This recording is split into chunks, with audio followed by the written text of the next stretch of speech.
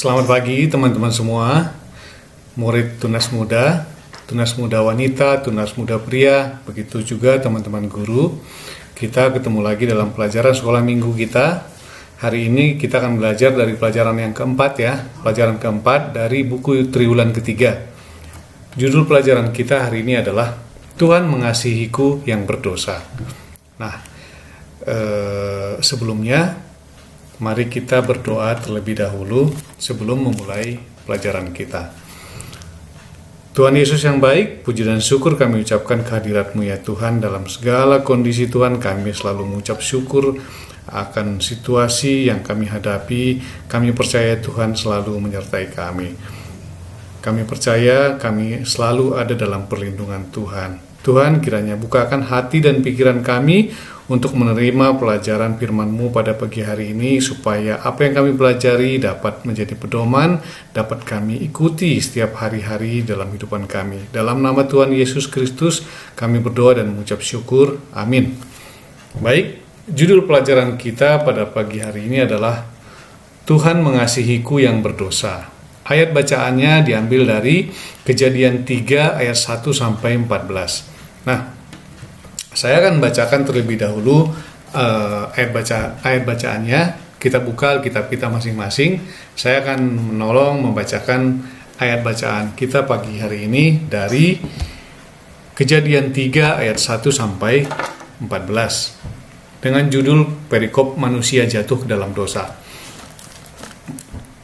Firman Tuhan, adapun ular ialah yang paling cerdik dari segala binatang di darat yang dijadikan oleh Tuhan Allah. Ular itu berkata kepada perempuan itu, tentulah Allah berfirman, semua pohon dalam taman ini jangan kamu makan buahnya, bukan? Ayat 2, lalu sahut perempuan itu kepada ular itu, buah pohon-pohonan dalam taman ini boleh kami makan. Tetapi tentang buah pohon yang ada di tengah-tengah taman, Allah berfirman, jangan kamu makan ataupun raba buah itu, nanti kamu mati. Ayat 4, tetapi ular itu berkata kepada perempuan itu, sekali-kali kamu tidak akan mati. Ayat 5, tetapi Allah mengetahui bahwa pada waktu kamu memakannya, matamu akan terbuka dan kamu akan menjadi seperti Allah, tahu tentang yang baik dan yang jahat. Ayat 6, perempuan itu melihat bahwa buah pohon itu baik untuk dimakan dan sedap kelihatannya. Lagi pula pohon itu menarik hati karena memberi pengertian. Lalu ia mengambil dari buahnya dan dimakannya, dan diberikannya juga kepada suaminya yang bersama-sama dengan dia, dan suaminya pun memakannya. Ayat 7, maka terbukalah mata mereka berdua, dan mereka tahu bahwa mereka telanjang. Lalu mereka menyemat daun pohon ara dan membuat cawat. Ayat 8, ketika mereka mendengar bunyi langkah Tuhan Allah yang berjalan-jalan dalam taman itu pada waktu hari sejuk, bersembunyilah manusia dan istrinya itu terhadap Tuhan Allah di antara pohon-pohon dalam taman. Ayat 9, tetapi Tuhan Allah memanggil manusia itu dan berfirman kepadanya, di manakah engkau? Ayat 10, ia menjawab, ketika aku mendengar bahwa engkau ada dalam taman ini, aku menjadi takut.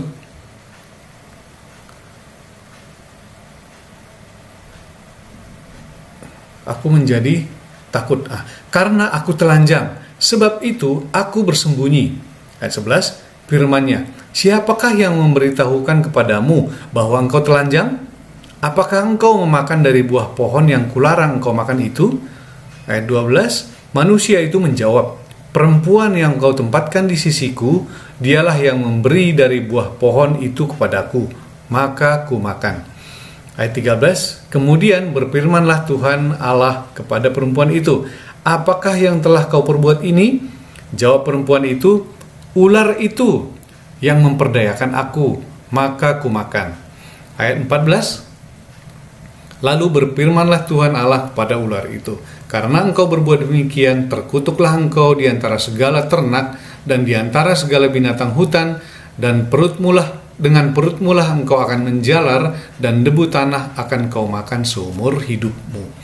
Nah, itu ayat bacaan kita pada pelajaran kita pada pagi hari ini. Nah, teman-teman semua, pernah nggak kalian berbuat salah kepada orang tua atau kepada guru? Nah, sehingga kalian takut ketahuan, apakah itu di rumah atau apakah itu di sekolah. Nah, saking takutnya, ketika kalian dipanggil orang tua kalian datang, kalian semakin takut. Pernah nggak merasakan seperti itu? Ya, semua tentu pernah berbuat salah ya. Nah, ada yang sampai menangis ketika ketahuan berbuat salah. Nah, memang kalau salah pasti dihukum. Ya. Terus dinasihati sama orang tua, begitu juga guru. Tapi kemudian mereka memaafkan, bahkan memeluk kalian. Ayo, pernah kalian alami yang seperti itu? Nah, artinya orang tua kalian memaafkan kalian dan mengasihi kalian dengan tulus. Menghukum supaya jangan berbuat salah lagi, supaya jangan salah langkah, supaya menuruti apa yang sudah diajarkan, baik oleh orang tua, begitu juga oleh guru. Kadang-kadang ketika kita berbuat salah, misalnya kepada orang tua, nah ketika kita merasa bahwa orang tua kita sudah tahu kalau kita berbuat salah, ketika kita dipanggil saja, ketika kita tahu orang tua kita datang saja, kita sudah ketakutan akan dimarahi, ya. Memang seperti tadi pasti akan dihukum dan dinasihati, tapi kalian tetap juga akan dimaafkan dengan harapan kalian dapat berubah. Nah, Allah di sini tentu lebih lagi mengasihi kita, di mana kita sebagai orang yang berdosa. Nah, bagaimana Allah menyatakan kasih-Nya kepada kita manusia, kepada kita orang berdosa? Nah, dari ayat bacaan ini kita belajar, ketika manusia jatuh ke dalam dosa. Kalau kita mundur sedikit ke belakang ke Kejadian 1 dan Kejadian 2, di mana Allah menciptakan langit dan bumi, Allah menciptakan segala isi bumi, gitu ya. Kemudian Allah menciptakan manusia. Nah, Tuhan sudah menetapkan manusia di Taman Eden. Untuk apa? Nah, kalau kita baca kembali di Kejadian 1 ayat 26, saya akan bacakan ya. Kejadian 1 ayat 26 berbunyi demikian. Berfirmanlah Allah, baiklah kita menjadikan manusia menurut gambar dan rupa kita. Jadi Allah membuat manusia menurut gambar dan rupa Allah. Ya, supaya mereka berkuasa atas ikan-ikan di laut dan burung-burung di udara, dan atas ternak-ternak, dan atas seluruh bumi, dan atas segala binatang yang melata yang merayap di bumi. Jadi Allah menjadikan manusia menurut rupa dan gambarnya, supaya manusia itu berkuasa. Ya. Artinya, manusia ini punya kemampuan, karena diciptakan menurut rupa dan gambar Allah.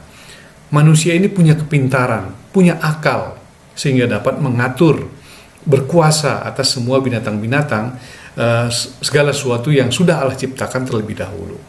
Nah, kemudian berikutnya Kejadian 2 ayat 15. Saya akan bacakan juga. Kejadian 2 ayat 15 berkata seperti ini. Tuhan Allah mengambil manusia itu. Nah, saya ulangi, Tuhan Allah mengambil manusia itu dan menempatkannya dalam Taman Eden untuk mengusahakan dan memelihara taman itu. Jadi, manusia ditugaskan untuk mengusahakan dan memelihara taman yang sudah diciptakan Tuhan.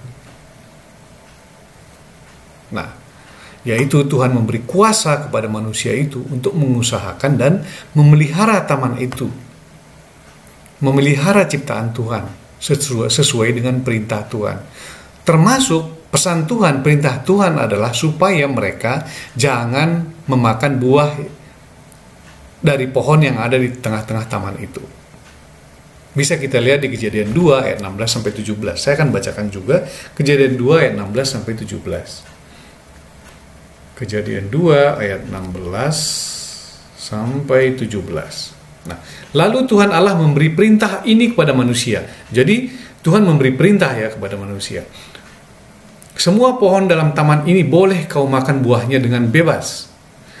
Ayat 17. Tetapi pohon pengetahuan tentang yang baik dan yang jahat itu janganlah kau makan buahnya, sebab pada hari engkau memakannya pastilah engkau mati. Itu adalah perintah Tuhan kepada Adam dan Hawa. Nah, Tuhan sudah memberikan kesempatan kepada Adam dan Hawa untuk mengusahakan, untuk memelihara, untuk berkuasa atas segala sesuatu yang sudah Allah ciptakan di taman itu. Untuk mereka nikmati, mereka dapat berbahagia hidup di situ. Menurut kehendak Allah, menurut tuntunan Tuhan, mereka dapat berbuat segala sesuatu dengan bebas di taman itu. Kecuali perintah Tuhan yang tadi. Jangan memakan buah dari pohon yang dilarang itu. Nah, tapi kemudian apa yang terjadi? Manusia memilih untuk tidak taat akan perintah Tuhan. Adam dan Hawa lebih memilih melanggar. Adam dan Hawa lebih memilih tergoda sama kata-kata si ular tadi. Tergoda sama buah yang di tengah taman tadi. Dan kemudian mereka memakan buah terlarang itu. Memakan buah yang dilarang dimakan oleh Tuhan.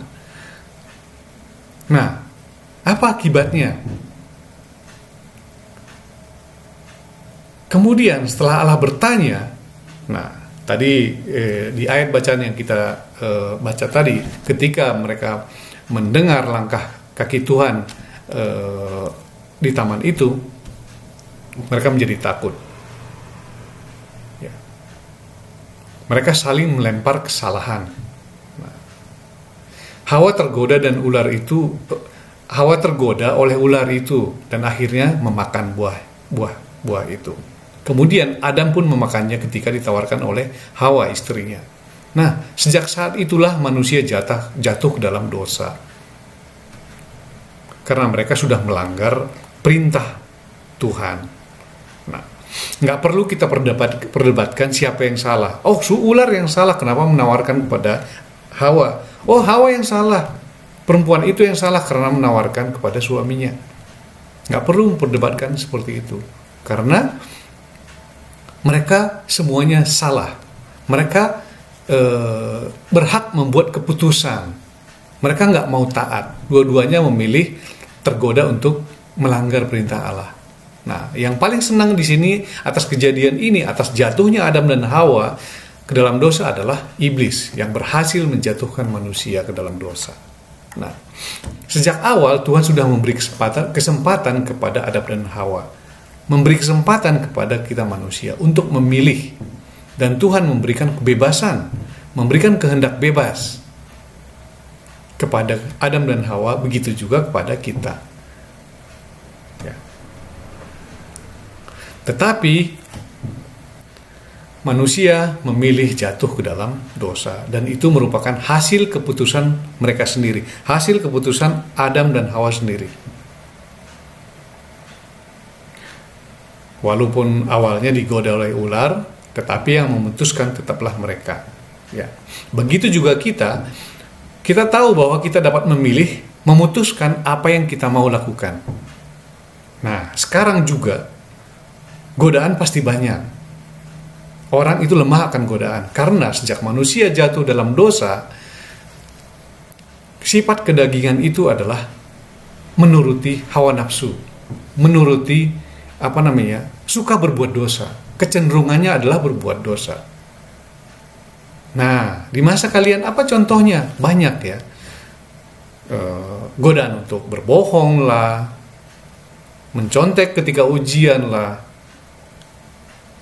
banyak hal-hal lain lagi yang bisa membuat kita jatuh ke dalam dosa. Melanggar perintah orang tua, melanggar perintah guru, misalnya. Banyak hal ya. Kita diberi kebebasan untuk menentukan mau berbuat dosa atau ikut perintah Tuhan. Makanya kita harus berhati-hati, jangan sampai terbawa arus. Orang ke kiri kita ikut ke kiri, orang ke kanan kita ikut ke kanan. Kita punya pedoman hidup, yaitu firman Tuhan yang sudah diberikan kepada kita. Jadi itulah yang harus kita ikuti, biarpun kita sendirian.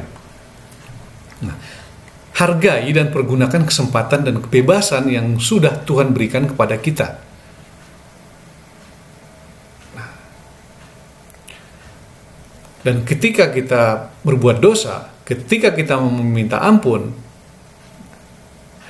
kita dapat minta ampun dan jangan berbuat dosa lagi, ya. Tuhan senang dengan kebebasan yang diberikan kepada kita ketika kita setia memilih tetap taat kepada perintah Tuhan. Jadi dengan kebebasan yang sudah diberikan kepada kita, ketika kita tetap mengabdi kepada Tuhan, mengikuti perintahnya, memuliakan Tuhan, Tuhan senang akan hal itu. Nah, karena dosa itu seperti tadi adalah melanggar perintah Tuhan, menyakiti hati Tuhan. Nah, kemudian yang kedua, yang berikutnya, ketika pertama tadi bahwa sebenarnya semua manusia sudah diberikan kesempatan memilih. Nah, kemudian ketika manusia sudah jatuh dalam dosa, apa yang terjadi? Allah tetap menghampiri manusia. Ya, dengan judul pelajaran kita tadi, Tuhan mengasihiku yang berdosa. Ya. Nah, yang berikutnya adalah kemudian Allah menghampiri manusia. Kita perhatikan dari ayat 8 dan ayat 9 tadi ya. Saya akan bacakan ulang. Kejadian 3 ayat 8 dan 9. Ayat 8, ketika mereka mendengar bunyi langkah Tuhan, ketika mereka mendengar bunyi langkah Tuhan Allah yang berjalan-jalan dalam taman itu pada waktu hari sejuk, bersembunyilah manusia dan istrinya itu terhadap Tuhan Allah di antara pohon-pohonan dalam taman. Ayat 9, tetapi Tuhan Allah memanggil manusia itu dan berfirman kepadanya, di manakah engkau? Ya, kalau kita perhatikan di sini, Allah menghampiri manusia, memanggil manusia, di manakah engkau? Ya. Kemudian ayat 10 dijawab, manusia itu menjawab, ya, ketika aku mendengar bahwa engkau ada dalam taman ini, aku menjadi takut karena aku telanjang, sebab itu aku bersembunyi. Nah, Allah sudah mengetahui bahwa Adam dan Hawa sudah melanggar perintahnya. Dan ketika Allah datang menghampiri mereka, memanggil mereka, mereka menjadi takut dan bersembunyi. Nah, tetapi Allah tetap datang menghampiri manusia yang sudah jatuh dalam dosa itu, yang sudah melanggar perintah Allah itu. Ini satu bukti bahwa Allah tetap mengasihi manusia walaupun mereka sudah jatuh dalam dosa, walaupun kita sudah jatuh dalam dosa. Tuhan tidak meninggalkan manusia itu, tidak meninggalkan Adam dan Hawa. Dan perhatikan, dampak dari dosa yang sudah mereka lakukan itu apa? Mereka menjadi ketakutan terhadap Allah ketika mereka mendengar suara Tuhan. Sama seperti tadi cerita awal ya. Ketika kita bersalah kepada orang tua kita, ketika mereka datang dan memanggil, kita takut. Waduh, jangan-jangan saya dimarahin. Jangan-jangan saya akan dihukum. Nah, kemudian mereka merasa tidak layak. Mereka sadar mereka telanjang. Mereka merasa hina. Nah, kemudian mereka merasa terhakimi, tertekan akan apa yang sudah mereka lakukan, karena mereka takut kalau Tuhan akan menghukum mereka. Nah, kemudian mereka saling melempar kesalahan tadi ya. Si Hawa bilang, oh, ular itu yang sudah menggoda saya. Kemudian Adam bilang, oh, perempuan yang aku tempatkan di sisiku yang sudah memberikan kepadaku, maka aku makan. Mereka mencari pembenaran sendiri. Nah, dosa yang satu akan melahirkan dosa yang lain. semakin besar ya. Seperti kita ketahui berikutnya ke cerita kisahnya Kain dan Habil, di mana Kain membunuh Habil. Kecenderungan manusia sejak saat itu berbuat jahat dan berbuat jahat. Nah, begitu juga dengan tubuh kedagingan kita ya, yang sudah jatuh ke dalam dosa. Kecenderungannya adalah berbuat dosa, lemah terhadap godaan, gampang terpengaruh untuk berbuat hal-hal yang menyimpang dari kehendak Allah. Ini bermula sejak Adam dan Hawa jatuh dalam dosa, ketika pertama kali manusia jatuh dalam dosa. Nah, kalau kita baca ayat-ayat berikutnya, setelah di ayat 14 dan seterusnya, kemudian Allah menjatuhkan hukuman kepada ular itu dan manusia itu juga. Nah, tetapi di ayat 21, Tuhan menolong mereka membuat pakaian dari kulit binatang untuk mereka pakai. Allah tetap mengasihi mereka. Nah, Allah tetap mengasihi manusia itu walaupun sudah jatuh ke dalam dosa. Tuhan tetap datang dan menghampiri yang berdosa. Masalahnya, mau tidak kita berbalik kepada Tuhan, mengakui dosa kita di hadapan Tuhan, bertobat dan mau taat pada perintah-perintahnya. Nah, Tuhan menciptakan manusia untuk memuliakan, mengikuti dan mentaati kehendaknya. Karena kita ini adalah ciptaannya, manusia. Ya, kita harus mengasihi Tuhan dengan seluruh keberadaan kita, apapun itu. Sebagaimana Allah itu suci, maka Allah juga menginginkan manusia itu hidup suci, kudus, tidak bercacat di hadapannya. Apakah itu gampang? Tidak gampang. Sekarang kita juga diberi kesempatan yang sama seperti Adam dan Hawa. Apa itu? Kesempatan yang sama, ya. Kehendak bebas yang sama. Kita diberi hikmat. Kita diberikan firman untuk kita taati sebagai pedoman dalam hidup kita. Apalagi Tuhan menempatkan roh penolong untuk kita, yaitu Roh Kudus. Nah, dengan kekuatan sendiri pasti kita tidak akan mampu melawan godaan iblis, karena kecenderungan tubuh kita juga sudah berbuat dosa. Nah, hanya oleh pertolongan Tuhan kita dapat menang. Bagaimana kita dapat mendapatkan pertolongan Tuhan kalau kita tidak intim dengan Tuhan, kalau kita tidak dekat dengan Tuhan? Jadi kita harus berpegang teguh kepada firman Tuhan, percaya sepenuhnya kepada Tuhan dengan iman yang teguh, ya, menggantungkan hidup kita sepenuhnya dan harapan kita kepadanya, itu kepada Tuhan. Mintalah selalu pertolongan Roh Kudus yang menyertai kita. Nah, ingatlah bahwa Allah kita mengasihi kita sampai rela mengorbankan anaknya di kayu salib, yaitu untuk mencari kita, menghampiri kita, manusia yang sudah jatuh dalam dosa ini. Begitu besar kasih Allah terhadap kita. Allah selalu datang, ya, biarpun kita sudah jatuh dalam dosa. Jangan bersembunyi dari dosa, karena Tuhan tahu semua isi hati kita yang paling dalam sekalipun. Tuhan tahu, jadi kita nggak bisa bersembunyi dari dosa kita. Jadi apa yang harus kita lakukan ketika kita berbuat dosa? Akuilah dosamu, mintalah ampun, bertobatlah dan berubahlah, maka Tuhan akan mengampuni. Ya, seperti ayat hafalan kita hari ini, 1 Yohanes 1 ayat 19 berkata demikian: jika kita mengaku dosa kita, maka Ia adalah setia dan adil, sehingga Ia mengampuni segala dosa kita dan menyucikan kita dari segala kejahatan. Ya, jadi dari judul tadi bahwa Tuhan mengasihiku yang berdosa, kita harus menyadari itu, bahwa begitu besarnya Tuhan mengasihi kita. Kita patut bersyukur dan tetap menggantungkan hidup kita kepada Tuhan, ya. Bergaul erat dengan Tuhan. Kita sudah diberikan pedoman, yaitu firman Tuhan yang dapat kita ikuti sehari-hari. Nah, saya akan bacakan kesimpulan pelajaran kita pagi hari ini, ya. Kesimpulan. Oke, dari buku Murid saya akan bacakan, ya. Jadi Tuhan Allah memberikan mandat kepada manusia untuk mengusahakan dan memelihara Taman Eden dan dengan segala isinya, tetapi manusia lebih mengikuti keinginannya sendiri dan tidak mentaati perintah Tuhan Allah. Manusia pun menyadari dosanya menjadi malu, menjadi takut, bersembunyi dari Tuhan Allah. Namun Tuhan Allah masih memberi kesempatan dan datang mencari yang berdosa. Begitu juga kita selalu diberi kesempatan, makanya jangan sia-siakan kesempatan itu. Nah, demikian pelajaran kita pagi hari ini. Kalau ada baca dengan teliti firman ayat-ayat yang kita baca tadi, yang kita pelajari tadi. Apabila ada yang dipertanyakan, boleh ditanya lewat WA group, ataupun bisa juga ditanyakan minggu depan waktu kita sekolah minggu lewat Google Meet. Ya, demikian pelajaran kita pagi hari ini. Mari kita berdoa. Tuhan Yesus yang baik, syukur Tuhan untuk firman-Mu pada pagi hari ini. Kami sudah belajar sedikit dari firman-Mu. Tuhan, kiranya bukakan hati dan pikiran kami selalu.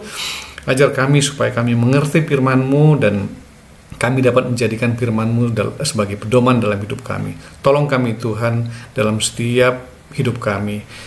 Dengan semua kondisi yang kami hadapi begitu berat pada saat ini ya Tuhan. Kiranya tolong kami, baik yang sakit, begitu juga jauhkan kami dari paparan virus corona Tuhan. Kami serahkan hidup kami dalam hari-hari ke depan ke dalam tangan-Mu saja. Dalam nama Tuhan Yesus Kristus kami berdoa dan mengucap syukur. Amin. Baik, demikian pelajaran kita pagi hari ini. Selamat hari Minggu. Saya ucapkan kepada kita semua, Tuhan Yesus memberkati.